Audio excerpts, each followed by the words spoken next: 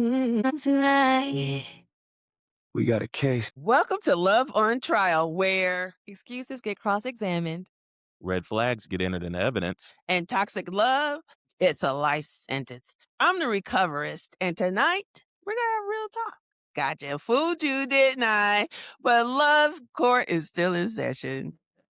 So tonight, you need to buckle up, get your popcorn, get your folks, make sure your folks are online because we doing real talk tonight. We're not putting any specific love on trial, but we're gonna get down and dirty, real talk about some real issues. And we got two hot button items that people are arguing about, fighting about, breaking up about, getting together about, if you want to say that, as it relates to these relationships. So I've got my love litigators, Jay and Chanelle, in the building. Are you guys ready for some real talk? Yeah. Let's chop it up. It may get a little heated, and you're still my jury. So I need you to put your thoughts and your comments in the comment section so we can know where you weigh in and how you land on that. So let's get it going. But the first one is, should someone be judged by their dating history? I'm going to take a stab at this one first. In the real world, absolutely 100%, you are going to be judged by your dating history. And it's a double standard is going to be worse for women. That's just the reality of it. So if you're a serious woman Wow. and you want to be taken seriously in the dating market, we're not talking about as a human being or as a person or we're all people, we're all equal on a people level. Yes, right. But in the dating market, and it is a market, so do not be deceived. In the dating market, it is you will absolutely be judged by your dating history, and you'll be judged more harshly by your dating history as a woman in general. What it is. Goodness. My question for you is, the original question was, should you be judged, not will you be judged? Well, in reality, you will be judged, and should you be judged? Yes. Wow. Okay.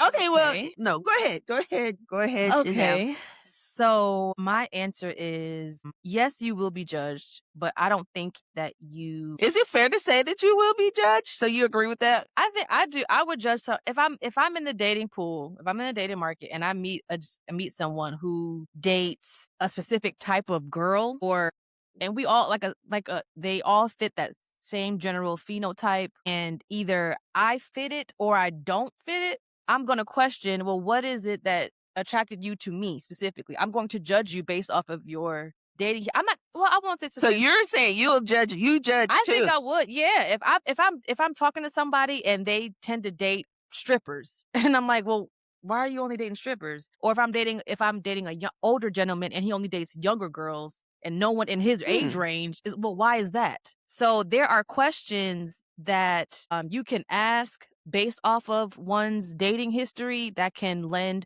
a deeper insight into who they are.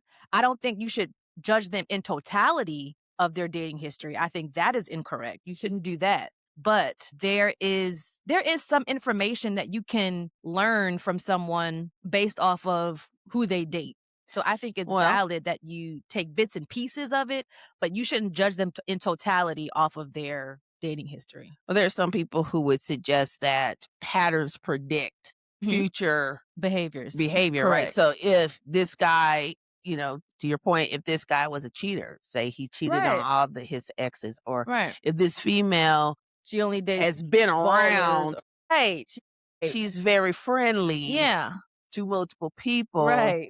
Should that go? What if that person, so say they did have a history, and so let's turn it around. So what if that person, say that female, she was very friendly and got to know a lot of people in the town, okay?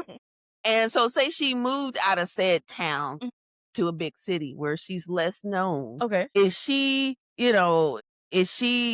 it fair for her to hide that history? Does she need to disclose it? Should it match her to whoever she's dating now, that maybe she's had has a high body count? I think that whatever question the person that you're with asks you, you should answer. And if you don't feel comfortable answering it and you don't answer it to them, then it may come with a consequence. But what you're describing is kind of like, does a tree fall? If no one's around, does it make a sound? Exactly. There's a lot of people who it just hasn't been brought to light what their dating history is or whatever. And that's part of the game. But if you get caught and it is known there's going to be consequences to it. And those consequences are going to be more dire for women than it is men. And that's just the way it's always has been and the way it always will be based off of how human beings and society is set up. Is that fair? Because I heard It's not fair, but it is 100% I think the it was reality. Cam the other day. I forget, he was on a podcast. He was saying that if girl is just, somebody he kick it with or whatever, he don't care what she does. But if he finds out that she ever dated one of his homeboys, then she Oh, yeah. kick rocks. Right. Right. So is it fair? Is that fair to hold someone's, just because maybe it was just one friend? Like, what if there was like a totally stand up person, but they, dated your homeboy Well, or here's the your reality. girlfriend? Here's what the 20 years reality is. ago? I mean, are they just totally garbage Here's now? what the or- reality is. There's nothing fair in the dating market. So you can just take that out. It's not about fair. It's not fair that some women you got to be over 6 foot in your dating profile and a man is 5'7". It's unfair. It's 100% unfair. And it's never going to be fair. But is it true? It's 100 true. And what Cameron was talking about was the 100% truth. He told no lies when he said that. That is how men look at it and how men view it. If you have a history of dealing with men that he knows in his friend group or just his social circle at large, is going to be held against you. I mean, based off of my experience and what I've seen, I would tend to agree. I don't think it's clearly definitely not fair, but unfortunately, women are judged more harshly on their relationship decisions than men are, which I think is The question utter is, should ridiculousness. they be? But I don't think they should be, but they are. Why don't But because it's not fair. It's just not fair. I don't think their past behaviors can predict future behaviors, yes, but because we are human beings and we all have the capacity to change, I don't think that is a clear determination of the type of person that they are or that they will be. Okay, let me ask it this way. Mhm. We said we was going to get raw and dirty. Let's just ask it this way. Can you turn a wayward woman into a housewife? So can you turn That's the a wayward question. woman into a housewife? Okay. I mean, and vice versa. I mean, it's the same thing. Like a guy, can he go from being a player If that's to a husband? And cause see, let's flip it. Cause we haven't looked at it from the woman's point of view. We're saying it from the man's point of view. I know for myself, I'm judging if men based I on their dating know history. a guy is Seriously. like always got women all in his face, I don't want nothing and to do with it. every girl cause I don't want that guy. I want the guy that's in the corner that ain't even talking to nobody, just chilling. Like I always went for that dark, silent type. I never wanted the one that was always, yippee yapping, got all the flashy stuff. Yeah. Because and maybe that's not fair. I don't know. But can a person that has been, that has some assignation about their flirtatiousness or their promiscuity in their past, are they capable of changing to become something different? do you think? Absolutely. Every saint has a past and every sinner has a future. I'm not saying that to put it in Bible terms or Christian terms, but absolutely, you can definitely change if that's what you really want. If you were a friendly woman or a friendly man, and now you want to settle down and you want a family, you want that one person to spend the rest of your life with, and that's what you truly wish and desire, and you are willing to work hard to keep that, then sure, I don't see anything wrong with it.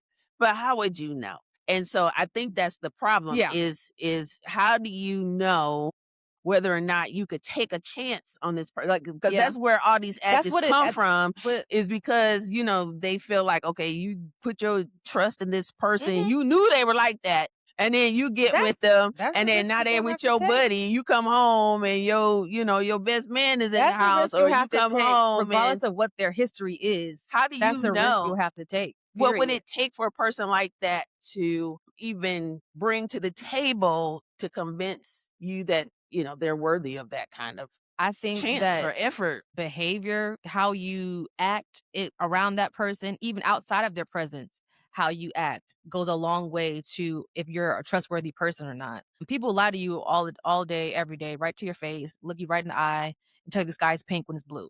So that's the words you can listen to them and file them in the back of your head, but what the real proof is in the work. Like, what are they doing? What are they actually doing to show you that what they're saying is true?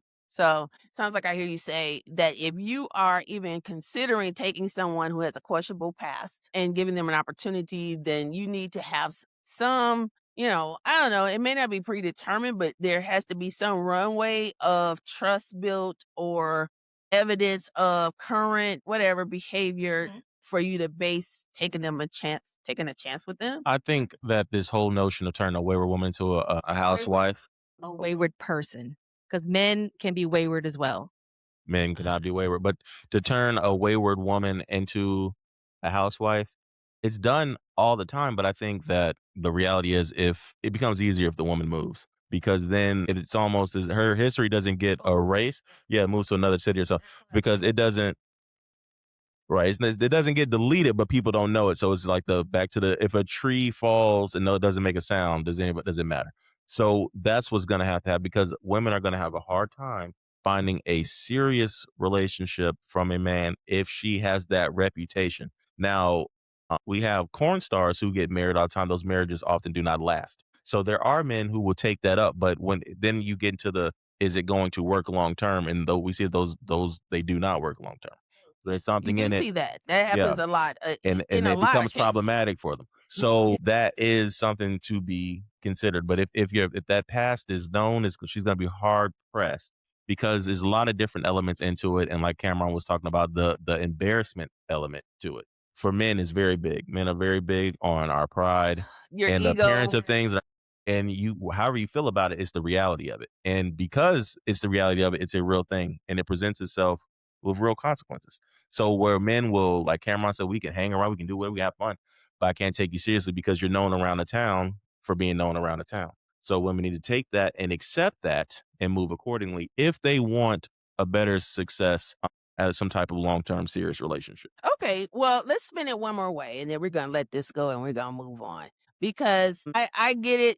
I for myself, like I said, I'm the recovery, so I'm already looking for the signs. I'm looking for the signals. I'm looking for the patterns. I don't ignore them. I read them for what they are. However, what if you don't know and you didn't know and you didn't ask, and so it didn't come up? And so now you find yourself in a serious committed relationship with this person. So maybe now you're married, now you got kids, and married, not even be married, but you're in a more permanent relationship. And then I'm not gonna say they open their mouth and the bone fly out, for the skeletons in the closet, but Sometimes that happens. though, yeah.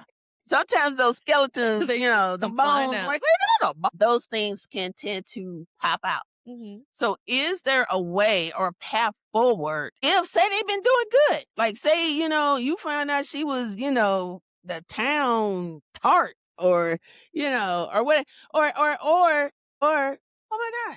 What if you found out that he, as a guy, did some experimental That too. That's a sexuality thing stuff too. Yeah. in the past? Like, so it can go That's a so thing many too. different directions, right? Like if you find out that they had a different orientation and they said, well, I don't want to be like that no more. Because these days you can wake up and say, oh, you can be whatever you want to be, and everybody is just like, okay. So, I mean, like if you do find out something significant about your partner's past that you didn't know, is there a path forward or does that mean the end if it comes out? Well, I think okay, so say for an example, the man is in a happy relationship or whatever, and then all of a sudden his friend sends him a bookmark and it's his girl, she's on the hub and she's been quite the actress on there and then a couple videos or whatever, and it's she never disclosed that. Right. He'd have to have a serious sit down with himself first and decide, is this something that he can stomach and he can move forward with and he can accept? Because one, it was withheld from him. Two, that's going to be a lot to go forward to. Whether if they have children, their children will have to deal with that. If they don't have children, he's going to have to ask That's himself, interesting does too. he want his children to have to deal with that? Because that is a real thing and the internet is forever. Could that video come up and Will their it children come up possibly? and everything? So he's gonna have a serious conversation with himself and ask himself, is that something that I can live with going forward? But And wouldn't that's it gonna be be on a that case by way case anyway, basis. whether he stays with her or not? That if they've got children, that's a possibility, a potential anyway, whether he stays with her or not? Well, if they already have children, he just has to ask himself if he wants to continue that relationship. and make that decision, make an honest assessment with himself if that's something that he can handle or not. And that's going to be on a case by case basis, but I would hazard that he would probably leave her. What do you think? Answering that question from a woman's perspective, if there was a woman who was who was dating a man and she found out that in college he had a few drunken nights with the boys and things happened, right? That happens. That's from what I see on the internet, it happens. It absolutely happens. I mean, again, she would have to take inventory in herself first to determine if that is something that she's okay with. I get with dating a person who had those experiences, even if he no longer feels that way, or if he never even felt that way to begin with, but that was just something that happened. Wasn't that on Insecure or something? That was on Insecure. That was, yeah, the first season, yeah, which was interesting. And in that season, Molly walked away. Yeah, but then came back and he was like, no. So Wow. yeah. But anyways, so yeah, I mean, it depends on the individual. You really have to be honest with yourself and not worry about what other people think. You really have to make a decision on if you really want to spend time with this person, you want to get to know this person better.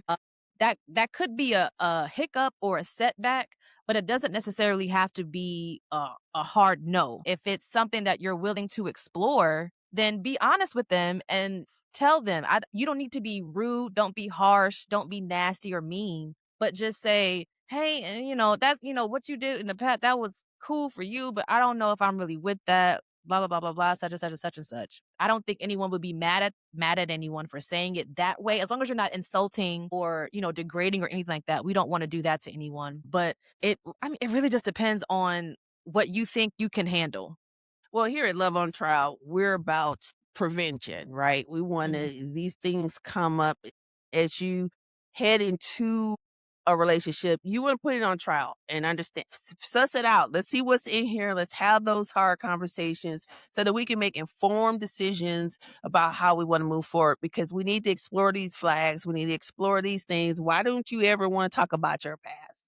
What are you hiding? Why do you don't ever talk about your college days, or why don't you whatever? So what would you guys, what would you offer to people to keep that from happening? Like, how do you position yourself early on in the dating process to where you can uncover, some of those things that it feels like to me most people want to hide. So it's like, how do you uncover these things if they're going to be deal breakers, or there's potential for deal breaker at the end of the road? How do you find a way to address it or bring it up, or, confront it in the beginning? Well, I think, obviously you can't pull something out of someone that if they're just going to hide or lie about it, but you should have whatever Right. your system of structure Burn that. and dating is. You should have your system and structure set up in such a way that it includes asking these types of questions, having hard conversations. I think if you want to be serious with someone, you need to have hard conversations with them up front so that you have an idea of who you're dealing with. When it's lower stakes and there's not really much incentive to be lying about it, go through as many what if scenarios, ask questions, have those hard conversations, and be honest about who you really are. And hopefully they're being honest about who they really are, and then try to go from there. That's the best you can do, is ask the question. And I think a lot of times we go into relationships, with blinders on. We don't really want to know. We remember one time we were out doing, when we were out doing interviews at Centennial Olympic Park. I can recall walking up to certain couples and say to the lady, hey, we want to do an interview with you. I'm the recoverist. I can tell you if your relationship will make it in 3 questions or less. Mhm. And the lady was like, no, no, no, no, no, no, no. And that was just, what? She was like, no, no, no, I don't want to know. I don't want to know. If it just let it happen. And so some people feel like that. And then Because she knew. when you go down the road and then all the bones are flying out, and you can't even ignore, you get popped in the face with the bones. Like, wait, what? Then you want to be all hurt and you want to be all upset and you want to be. So why not want to know? Because there's a lot of people that really don't want to know the truth. They don't want to have a hard conversation. They don't want to hear anything. Well, that's I gonna would make you say feel that if you bad. don't want to hear it, but you're okay with whatever, then that's But okay. that's the thing. They're not okay with If whatever. you're okay with the whatever, if you got the blinders on, but you okay with so you don't even want to see it because you already know, then that's one thing. I would say that they need to grow up because that's ridiculous. You're an adult and you don't want to hear bad news, but you don't want bad news to happen to you. Doesn't make any sense. So you need to grow up. They did not want to. Period. The guy would be like, "Oh yeah." Yeah, and the girl's like, "No, like girl," because she's doing that because she knows that something in the milk ain't clean, and she doesn't want it confirmed because she's still trying to live in this honeymoon phase or whatever. And girl, stop it, because you know that man ain't right. So stop. But back to the first question, I think also a good tip, in addition to being honest and asking those hard hitting questions, is creating a safe space for that person to answer those questions. So you can ask a question, but if I feel like you're going to judge me or yell at me or give me the side eye, I'm not going to tell you the truth. So if you need to create a safe and judgment-free zone, that takes time. It's not going to just happen on the first date. So there are some hard-hitting questions that you can ask on the first date, but there are others that are more deeper and personal that take time to build that rapport with that person. And so they'll feel more freely to give you those answers. But it is important to, on the first, maybe not the first date or like the first meetup, but within those first or two dinner dates, there should be some heavy conversation going that you do yes, to really understand from both sides. Don't just just ask them all the questions and you don't give any information. Don't do that either, because that's not fair to them, because they're also trying to make an assessment about you. So it's important that both of you are honest and open, but also judgment free, because people do all kind of things. But that brings us back to the original question. Yeah. Should you be judged by your history? Because it's hard. Is it easy to not judge, or it's not? No, it's hard to not judge. It's hard to not judge someone. Is it judgment if you disagree though? Does that equal judgment? No. So to say I'm not okay with that. Yeah. So no, it's not judgment if you don't agree, but the judgment comes in when you start calling names. You start saying, "Oh, that was trifling. Don't try to categorize or try to say if that was a positive thing or a negative thing. Just take it for what it is at face value, and then make sure that it resonates with you in a positive way. And if it doesn't, you don't necessarily have to spit back out negativity. Just say, "Okay, well, that was your experience. You learned from that. Blah blah blah blah blah. That's not really what I'm into though. So, moving forward, we won't be doing this. We won't be doing that particular thing, or I won't really be dealing with you like that." So you have to be honest. It's going to be hard. You may be hurtful to some people, but the intention behind it isn't hurtful. So that, I think you have to really focus on your intention. Breaking up with someone is never easy. Someone's going to get hurt, period. That's true. You can't avoid it. You can't avoid it by trying to be nice and try to sweep it under the rug and be like, "Oh no, it's okay." If it's not okay, say it's not okay. Just say, "You know what? That's not that. What I didn't click with that, and that's not how I get down." I think that's fine. I think people can accept that. I think it's ridiculous for someone to expect other people to respect their choices or their decisions, and then also like, "Oh yeah, I'm gonna do that too." Like, no, especially if you're doing some crazy stuff. There's only a small group of people that's really into it. You can't really expect everyone to just be, "Oh, okay." It's just, right. There has to be some level of reality to it also. But I think the main takeaway is just try to be as judgment free as possible. Don't try to talk with your face while they're saying these things if it's something that you don't really like. But that takes practice and just being sensitive too. Just being being sensitive. Like you itching to say something. I look, folks, I told y'all this was gonna get deep. I did. This is going.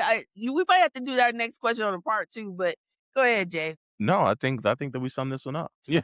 Okay. All right. Well, we're gonna end this one here, and so I think what I hear us say is that it's really important to have those conversations early on.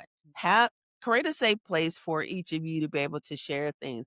You don't want to find out that you're dating this guy and he's got 5 kids, or married or something. And you don't want to date this female if she's still married and she's got 5 ex-husbands and 3 of them died mysteriously. Like, yeah, you don't want right? You don't want to get hit with these kinds of things. So it's really important very early on that you share information, that you talk, that you question and that you're clear about what your limitations are and what your needs are in a mate, because it's okay to not be aligned with someone else's background or their activities. It's okay to not be aligned with that.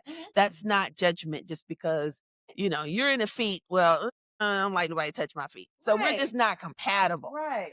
But you need to know that early on. I don't want to be, 3 years later and you keep touching my feet and I hate it. And now we're fighting about, and so so it's really important to talk, get to know people, ask them those deal breaker questions early, because you don't want to waste time and get emotionally invested in a relationship, have children, move in, get married, all of these concrete and permanent type actions to someone that you're really not compatible with, because that will be a miserable experience. All right. So I told you this is going to get heated. What's your thoughts in the comments? And if you see something that or perspective we forgot to bring up that we should consider, put that in there too. We'll continue this conversation. So we're gonna close it here for now, and we'll do that other topic in the next episode. But remember, healing is the real verdict. Love should bring peace and not confusion. Keep growing, keep learning, and never settle for less than the love you deserve. I'm the Recoverist, and this has been Love on Trial. We'll see you next time. Be sure to hit the like, comment, share, and subscribe button and leave your verdict in the comments below. We want to hear from you. And make sure you follow us online on Instagram at Love on Trial ATL for special behind-the-scenes footage and special updates. Do you need to put your love on trial? If you want to be a guest couple on the show or share your story, please send us an email at loveontrialcasting@gmail.com. Until next time, keep asking the hard questions, keep growing, and remember, every great relationship deserves a fair trial. See you next week.